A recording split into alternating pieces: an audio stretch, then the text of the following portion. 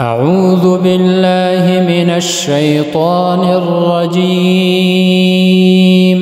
بسم الله الرحمن الرحيم. الحاقة ما الحاقة وما أدراك ما الحاقة كذبت ثمود وعاد بالقارعة فأما ثمود فأهلكوا بالطاغية وأما عاد فأهلكوا بريح صرصر عاتية سخرها عليهم 7 ليال و8 أيام حسوما فترى القوم فيها صرعا كأنهم أعجاز نخل خاوية فهل ترى لهم من باقية وجاء فرعون ومن قبله والمؤتفكات بالخاطئة فعصوا رسول ربهم فأخذهم أخذة رابية إنا لما طغى الماء حملناكم في الجارية لنجعلها لكم تذكرة وتعيها أذن واعية فإذا نفخ في الصور نفخة واحدة وحملت الأرض والجبال فدكتا دكة واحدة فيومئذ وقعت الواقعة وانشقت السماء فهي يومئذ واهية والملك على أرجائها ويحمل عرش ربك فوقهم يومئذ 8 يومئذ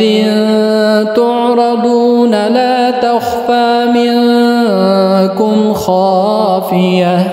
فأما من أوتي كتابه بيمينه فيقول هاؤم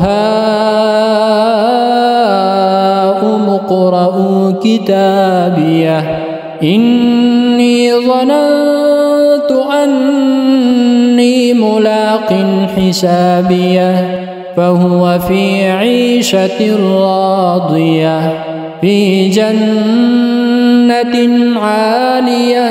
قطوفها دانية كلوا واشربوا هنيئا بما أسلفتم في الأيام الخالية وأما من أوتي كتابه بشماله فيقول يا ليتني لم أوت كتابيه ولم أدر ما حسابيه يا ليتها كانت القاضية ما أغنى عني ماليه هلك عني سلطانيه خذوه فغلوه ثم الجحيم صلوه ثم في سلسلة ذرعها 70 ذراعا فاسلكوه إنه لا يؤمن بالله العظيم ولا يحض على طعام المسكين فليس له اليوم هاهنا حميم ولا طعام إلا من غسلين لا يأكله إلا الخاطئون فلا أقسم بما تبصرون وما لا تبصرون إنه لقول رسول كريم وما هو بقول شاعر قليلا ما تؤمنون ولا بقول كاهن قليلا ما تذكرون تنزيل من رب العالمين ولو تقول علينا بعض الأقاويل لأخذنا منه باليمين